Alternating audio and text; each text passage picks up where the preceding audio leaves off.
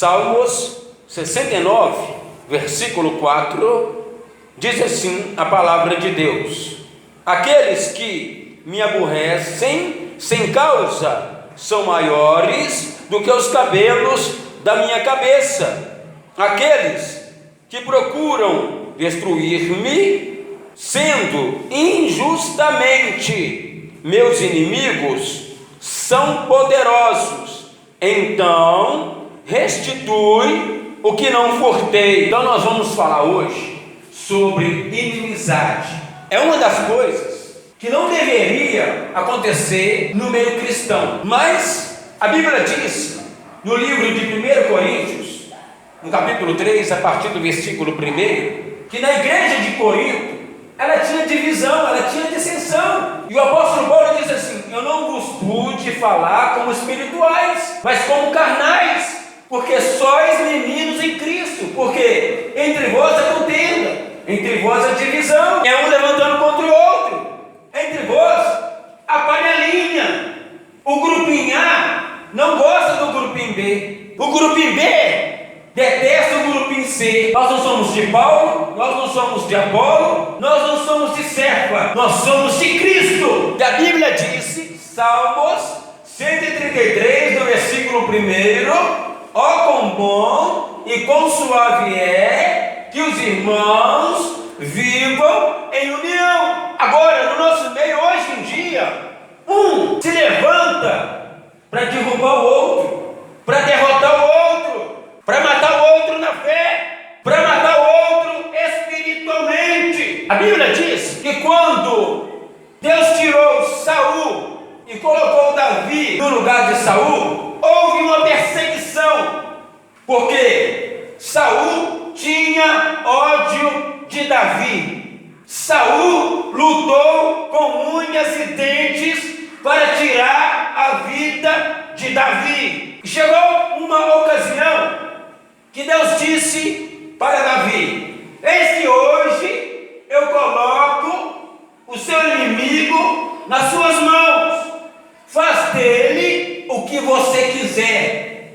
E Davi disse assim: quem sou eu para tocar no ungido do Senhor?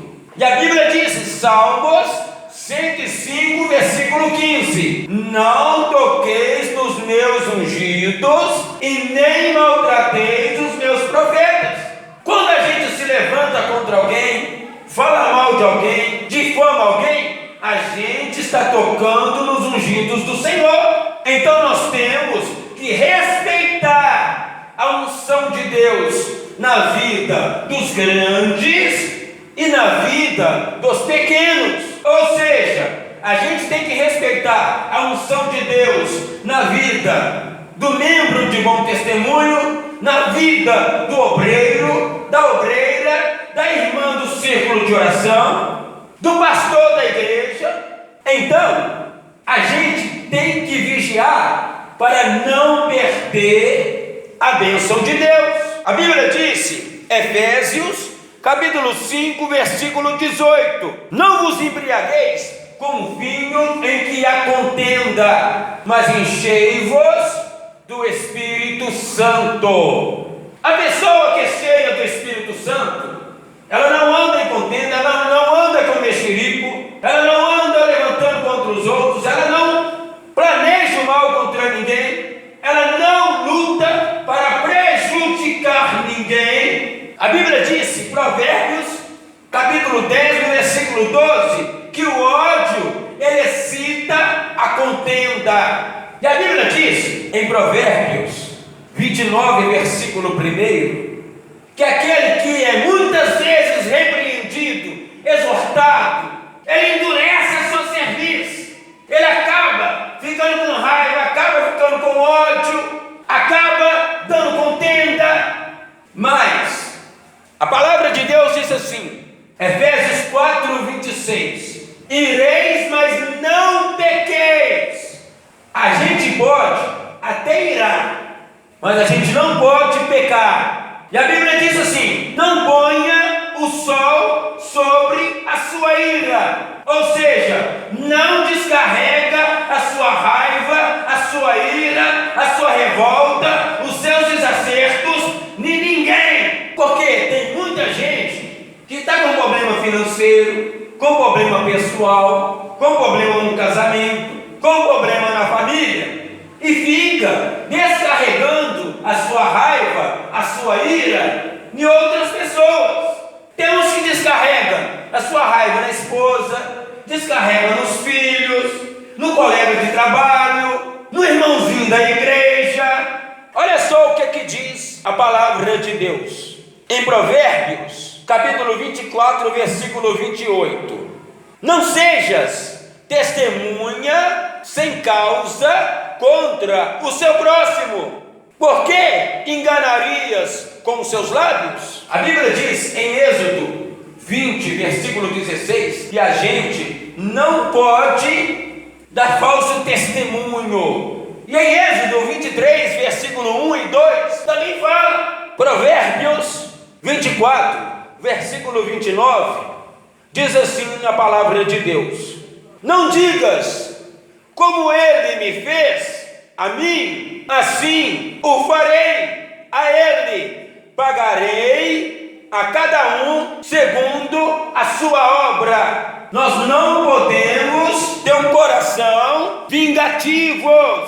Se alguém fizer o mal contra nós temos que fazer o bem para ele. Mateus capítulo 5, versículo 43, diz assim a palavra de Deus: ouviste o que foi dito, amarás o teu próximo e odiarás o teu inimigo. Versículo 44, eu porém vos digo, amai os vossos inimigos, bendizei os que vos maldizem, fazei o bem aos que vos odeiam, e orai pelos que vos maltratam e vos perseguem. Romanos capítulo 12, versículo 17, diz assim a palavra de Deus: a ninguém torneis o mal por mal, procurai as coisas honestas perante todos os homens, se for possível, quando estiver entre vós,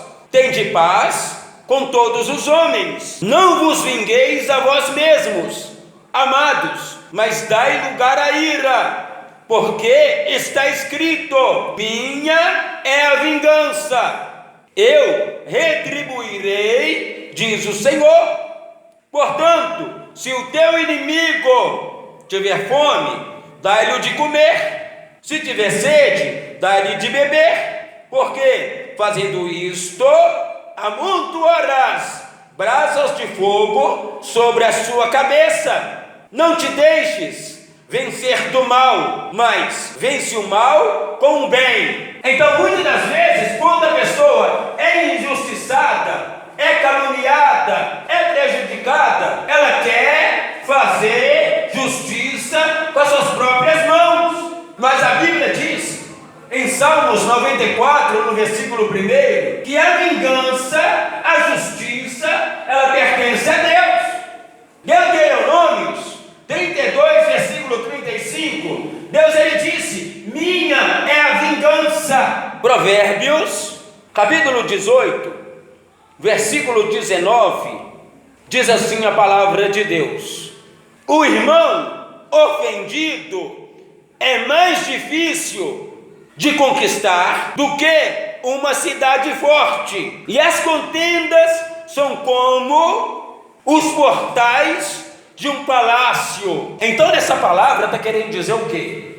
Que o irmão ofendido, que o irmão magoado, que o irmão que foi ferido com palavras, que foi traído, que foi decepcionado, ele é mais difícil de ser conquistado do que uma torre forte. Conquistar uma torre forte hoje é o mesmo que a pessoa querer conquistar R$1 milhão.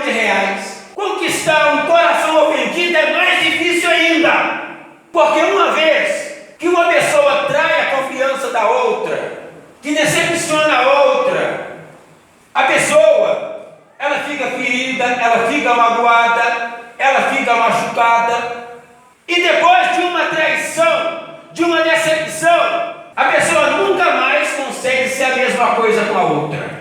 Ou seja, se o marido traiu a esposa, e a esposa ficou sabendo, sabendo, depois disso, nunca mais ela vai confiar no seu marido. Se o seu colega de trabalho traiu a sua confiança e você descobriu, nunca mais você vai conseguir confiar nele. Se alguém usou de falsidade com você, depois que você descobriu, nunca mais você vai ser a mesma coisa com aquela pessoa. Você pode até perdoar, mas você não consegue confiar nela nunca mais. Quando alguém levanta contra nós, nos magoa, nos ofende, nos maltrata ou faz o mal contra nós temos que liberar o perdão para aquela pessoa. Porque se a gente guardar mágoa, se a gente guardar ódio, se a gente guardar rancor, ressentimento, desejo de vingança, as nossas orações não vão passar do teto. E se Jesus voltar, nós não vamos morar no céu. E não podemos tocar na Santa Ceia do Senhor magoado, nem com raiva, nem com ódio, nem com rancor de ninguém. A Bíblia diz em Gênesis 41, no versículo 51 e 52, que José, ele teve 2 filhos. E um dos filhos dele chama-se Manassés, que significa: Deus apagou da minha memória o meu passado de sofrimento. Ou seja, José ele foi perseguido pelos seus próprios irmãos. José ele foi maltratado, foi vendido como escravo. Eles tentaram matar José, mas José não guardou mágoa, José não guardou ódio, José não guardou ressentimento, José não guardou desejo de vingança. Ou seja, José liberou o perdão para os seus irmãos. A palavra perdão, cura interior, não significa uma amnésia na vida de uma pessoa, porque amnésia é quando você esquece daquilo e não lembra nunca mais. Mas a palavra perdão, a palavra cura interior, significa que você vai lembrar daquele mal que aquelas pessoas fizeram contra você, e você não vai ficar com raiva, você não vai chorar, você não vai ter desejo de vingar, você não vai fazer justiça com as suas próprias mãos. Já que meu marido me traiu, ou está me traindo, eu vou colocar veneno na comida dele. Coloca água ungida na comida do seu marido. Se você colocar veneno na comida dele, ele pode chegar a morrer. Mas também, se ele não morrer, pode ficar com sequela, e a consequência vai cair nas suas costas. Então não procura luta com as suas próprias mãos. Libera o perdão para ele. Libera o perdão para sua esposa. Libera o perdão para os seus filhos, para o seu vizinho, para o seu parente. Põe uma pedra em cima e siga o seu caminho. Porque quem vive de passado é museu. A Bíblia disse, 2 Coríntios, capítulo 5, versículo 17, que aquele que está em Cristo, nova criatura é. As coisas velhas se passaram e tudo se fez novo. Marcos 11, 25 e 26 diz assim: quando vós estiverdes orando, se você lembrar que você tem alguma coisa contra o seu próximo, perdoa-lhe, para que o vosso Pai Celestial perdoe as vossas ofensas. Se nós perdoarmos, nós seremos perdoados. Mas se nós não perdoarmos, de maneira nenhuma, Deus vai nos perdoar. Porque é dando que se recebe. A Bíblia diz, em Mateus, capítulo 5, do 23 ao 25, que quando você for colocar a sua oferta no altar do Senhor, e se você lembrar que o teu próximo tem alguma coisa contra ti, perdoa-lhe. E depois que você perdoar ele, você vai lá e coloca a sua oferta no altar de Deus. Porque se você tiver em desavença com seu irmão, Deus não vai receber a sua oferta. Então quando Deus disse, quando você for colocar a tua oferta sobre o altar, e você lembrar que o teu próximo tem alguma coisa contra ti, isso significa que a gente fez o mal contra a vida deles. Significa que a gente maltratou eles, ou ofendeu, ou magoou, e aí ele está guardando aquilo no coração.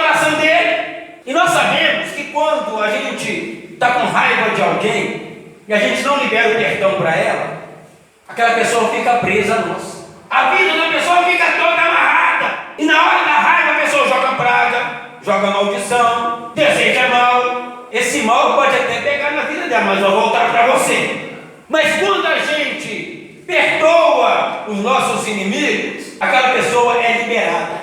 Você liberou ela não vai estar presa a você mais. Nós temos que orar e jejuar para Deus abençoar os nossos inimigos. A Bíblia diz em Jó 42, no versículo 10, que Deus mudou o cativeiro de Jó quando ele orava em favor daquelas pessoas que estavam se levantando contra a vida dele. Agora, se Jó fosse orgulhoso, rancoroso, se ele guardasse mágoa, se ele procurasse a justiça com suas próprias mãos, você acha que ele iria obedecer à voz de Deus?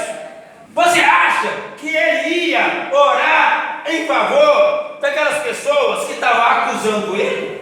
É claro que não. Jó orou por quê? Porque ele tinha um coração limpo, um coração puro, um coração quebrantado, um coração temente, um coração contrito. E nós sabemos que tudo que a gente pede para os outros volta para nós, em porção dobrada. Gálatas capítulo 6, versículo 7. Não erreis, Deus não deixa escarnecer. Tudo que um homem plantar, isto ele vai colher. Nós não podemos fazer justiça com as nossas próprias mãos. A Bíblia diz em Efésios capítulo 6, no versículo 12, que a nossa luta ela não é contra a carne, a nossa luta ela não é contra o sangue, mas a nossa luta é contra os demônios que usam aquelas pessoas para se levantar contra nós. Se alguém chegar diante de você xingando, brigando, discutindo, afrontando, se você for tratar essa pessoa no mesmo nível, é perigoso um querer matar o outro. Nessa hora, a gente tem que calar. E é difícil a gente calar estando no nosso direito. Mas a Bíblia diz, Êxodo 14, versículo 14: o Senhor pelejará por vós e vós calareis. Isaías 53, no versículo 7, a Bíblia diz que Jesus, ele foi levado como um cordeiro mudo ao matadouro, diante das acusações, das afrontas, das humilhações, diante de todos os problemas que Jesus passou. Ele não abriu a sua boca para discutir, para contender, para brigar, para amaldiçoar, para xingar, para humilhar. Nós temos que pedir a Deus a unção da ovelha muda. Sabe para quê? Para nós abrir a boca e falar só o necessário. Se alguém quiser colocar palavras na sua boca, ignora eles. Se alguém te provocar, ignora. Se alguém quiser contender, deixa ele contender sozinho. Nós temos que fazer um jejum de palavras. Falar só de Deus. Falar só da palavra. Falar só coisas que edificam. Porque a Bíblia diz, Efésios 4, 29 e versículo 30: não saia da vossa boca nenhuma palavra torpe, mas que saia da vossa boca somente palavras que produzem edificação. E não entristeceis o Espírito Santo de Deus, para o qual estáis selados para o dia da salvação. Em 2 Coríntios capítulo 10, no versículo 4, diz que as armas da nossa milícia não são carnais, mas espirituais, poderosas em Deus para destruir os laços do diabo. As armas da nossa guerra não são carnais. Não tem como a gente lutar com o diabo com a força do nosso braço, com revólver, com faca, com pedra, com pedaço de pau. A gente vai vencer o diabo somente na oração e no jejum, porque a Bíblia disse em Mateus 17, versículo 21, essas castas de demônios, elas só saem com oração e com jejum. Nós vamos vencer o inimigo no joelho. Efésios 3,14. Diante da minha causa, eu me ponho de joelhos. Então, diante das afrontas, das calúnias, das contendas, das confusão, das acusações, dos levantes de Satanás contra a tua vida, dobre o seu joelho no chão e comece a clamar a Deus. Mas não pede a Deus para Deus matar o seu inimigo, para Deus matar o seu vizinho. Não pede a Deus para Deus matar o seu marido e você casar de novo. Não pede a Deus para Deus pesar a mão naquela pessoa que se levanta contra você. Não pede a Deus para Deus fazer o mal na vida daquela pessoa que fez um estrago na sua vida. A Bíblia diz em João 9,31: Deus não ouve a pecadores, mas aquele que teme a Deus e faz a sua vontade, este Ele ouve. A Bíblia diz em Deuteronômio 28, no versículo 23, que os nossos céus está de bronze e a nossa terra está de ferro. Então, se nós tivermos com o nosso coração sujo, magoado, cheio de ódio, cheio de maldade, as nossas orações não vão passar do tempo. E a gente vai plantar e nunca iremos colher. A gente não pode pedir a Deus para Deus fazer justiça contra ninguém. Porque se a gente pedir a Deus para Deus fazer justiça contra aquelas pessoas que fizeram mal contra nós, vai acontecer uma tragédia na vida daquela pessoa e depois vai refletir em você. Então o mal que acontecer na vida dela é você que vai pagar. Nós agora vamos falar sobre o temor de Deus. Eclesiastes, capítulo 12, versículo 13, diz assim a palavra de Deus: de tudo que se tem ouvido, o fim é: teme a Deus e guarda os seus mandamentos, porque isto é o dever de todo homem, porque Deus há de trazer a juízo toda obra e até tudo o que estiver encoberto, quer seja bom, quer seja mal. Então, gente, nós sabemos que o temor é algo fundamental na vida do cristão, na vida daquele que serve a Deus, porque a pessoa que é temente a Deus, ela vive mais. A pessoa que é temente a Deus, ela peca, mas ela peca menos. E quando ela erra, ela se preocupa em se consertar imediatamente. E a palavra temor não significa medo, significa respeito, significa você prestar reverência diante do Deus Todo-Poderoso. A Bíblia diz, Provérbios 14, 27, o temor do Senhor é a fonte da vida, para nos livrar dos laços de morte. Provérbios 19, versículo 23, diz assim a palavra de Deus: o temor do Senhor encaminha para a vida, aquele que o tem ficará satisfeito e não o visitará mal nenhum. Quando Deus entregou Saul na mão de Davi, e Davi dizia assim: quem sou eu para tocar no ungido do Senhor? Isso significa que Davi era temente a Deus. O único vacilo que Davi cometeu foi ele ter cortado a orla do monte de Saul, mas só que ele se arrependeu, porque ele tinha temor de Deus.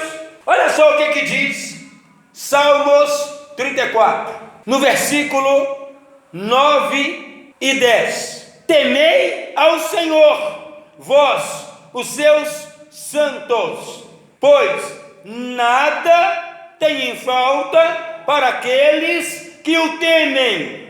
Os filhos dos leões passam necessidade e sentem fome, mas aqueles que temem ao Senhor de nada têm falta. E a Bíblia diz em Malaquias, capítulo 4, no versículo 2: para aqueles que temem ao Senhor, nascerá o sol da justiça. Nós não podemos planejar o mal contra ninguém. Vamos lá em Provérbios 26, versículo 27. O que cava uma cova cairá nela, e o que remove a pedra, esta cairá sobre ele. Agora vamos lá, Eclesiastes, capítulo 10, versículo 8. Quem abrir uma cova, cairá nela, e quem romper um muro, uma cobra o morderá. Aquele que transporta pedras pode se ferir com elas, e o que rachar lenha expõe-se ao perigo. Então essa palavra está querendo dizer que aquele que armar um laço contra o seu irmão, armar um laço contra o seu próximo, aquele que fizer uma armadilha contra a vida de alguém, ele mesmo vai cair na sua própria armadilha. Como diz o ditado, o feitiço sempre volta contra o feiticeiro. A Bíblia diz em Daniel, no capítulo 6, a partir do versículo 22, que Daniel, ele foi justificado por Deus diante de uma acusação, porque eles procuravam falhas, procuravam erros, pecado na vida de Daniel, mas eles não acharam. Por causa disso, eles fizeram um decreto para que Daniel fosse lançado na cova dos leões. Mas esse levante contra a vida de Daniel, porque Daniel era um homem de Deus que pagava preço, orava 3 vezes ao dia, tinha vida no altar.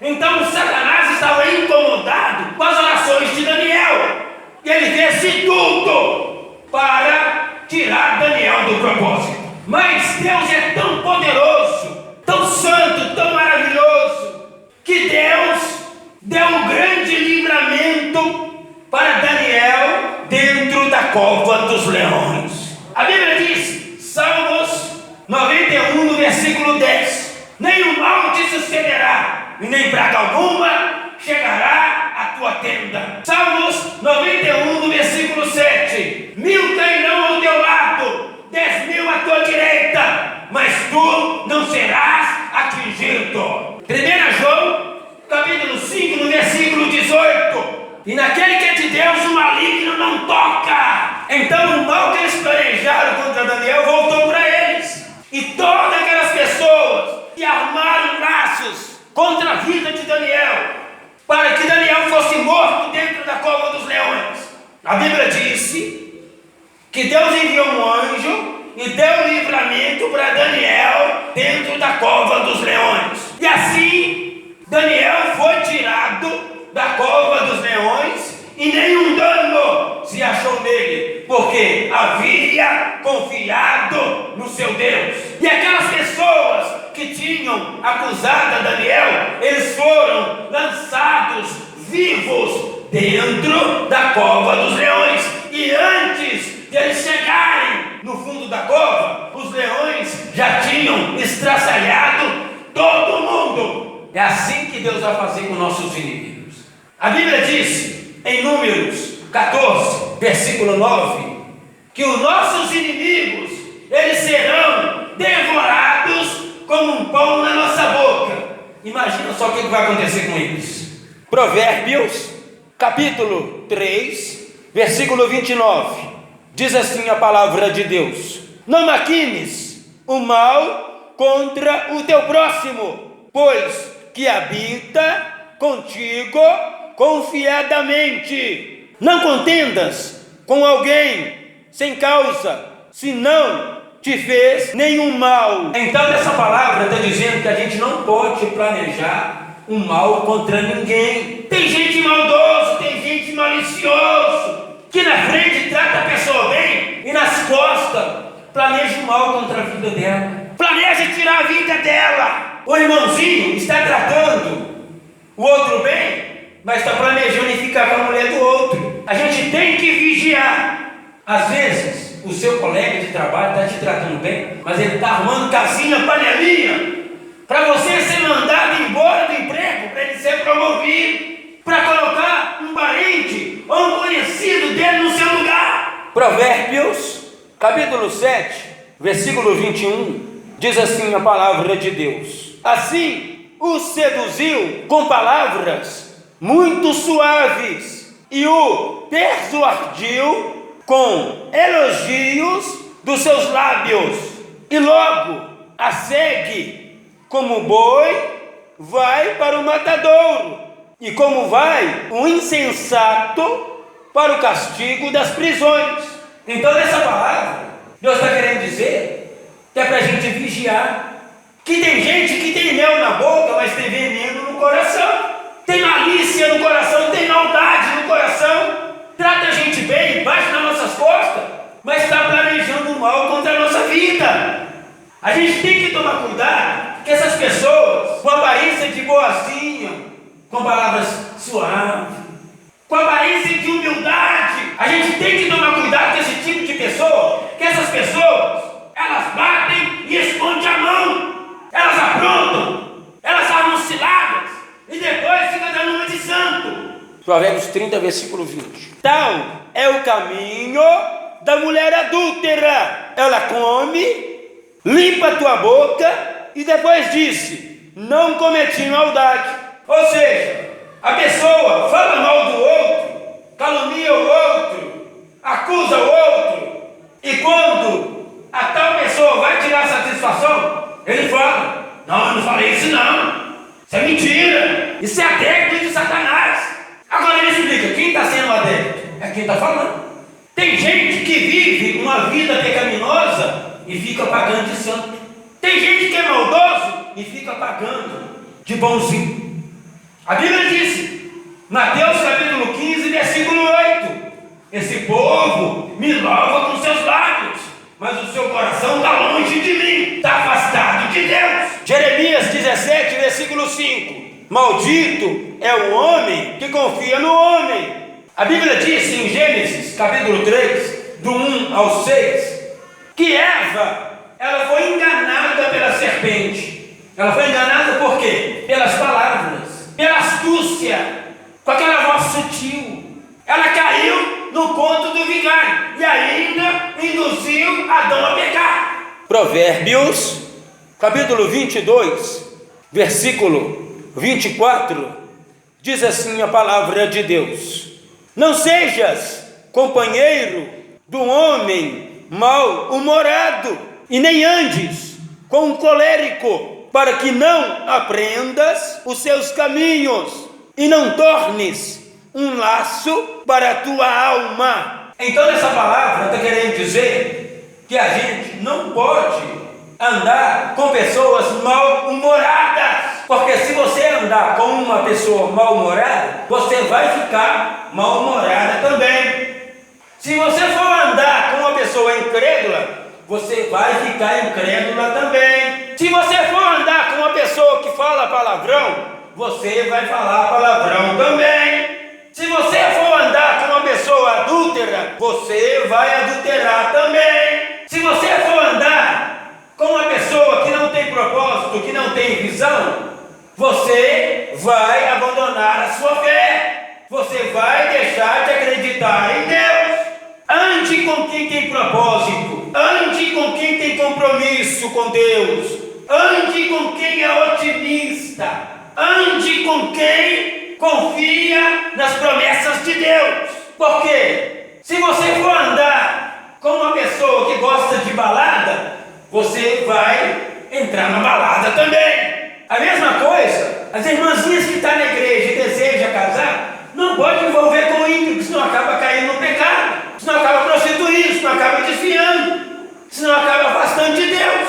Porque se uma irmãzinha, uma jovem, começa a namorar com um jovem de dentro da igreja, já corre o risco. Agora, com o ímpio, é pior. Nós temos que seguir o exemplo de Maria e Isabel.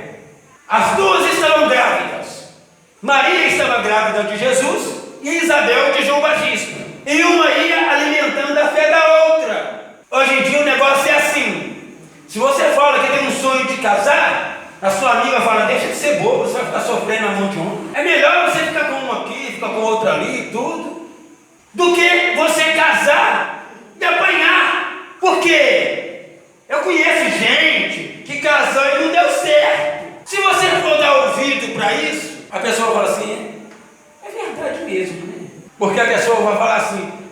casamento que não dura 6 meses. Casal para sofrer, para apanhar, para aguentar bucha, injeção de saco de homem. Deus me livre. Aí você vai lá e tira com o rapaz lá e faz o que você estiver que fazer, depois você pede perdão a Deus. Sem problema não. Você pode fazer o que você quiser.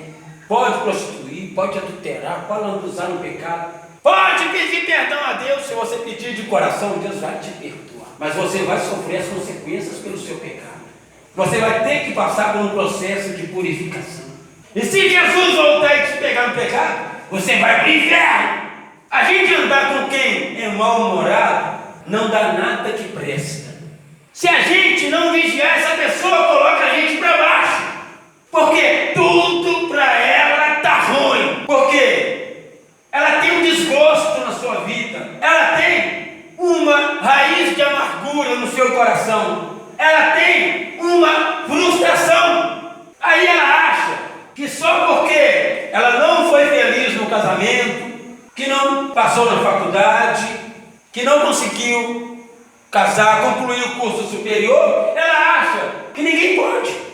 Então não ande com quem é mal-humorado, porque ela vai falar para você: nossa, vai ficar só indo naquela igreja, você não consegue emprego, seu marido não volta para casa, seu marido não converte, seu marido tem nas drogas.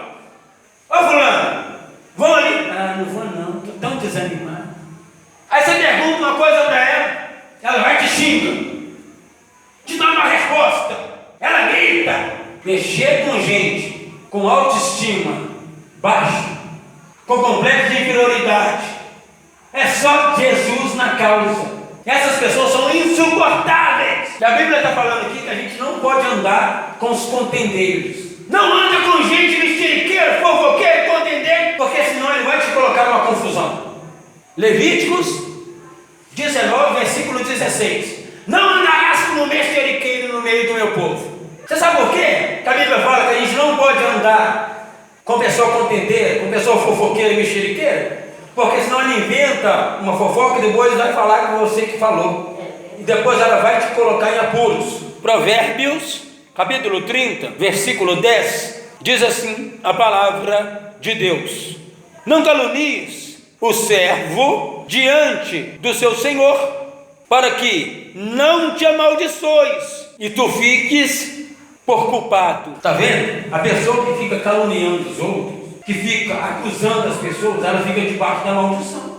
As pessoas que ficam denegrindo a imagem do outro, difamando o outro, ela fica debaixo da maldição.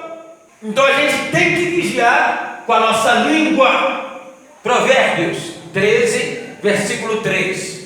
Aquele que guarda a tua boca conserva a sua alma, mas aquele que muito abre os seus lábios tem perturbação.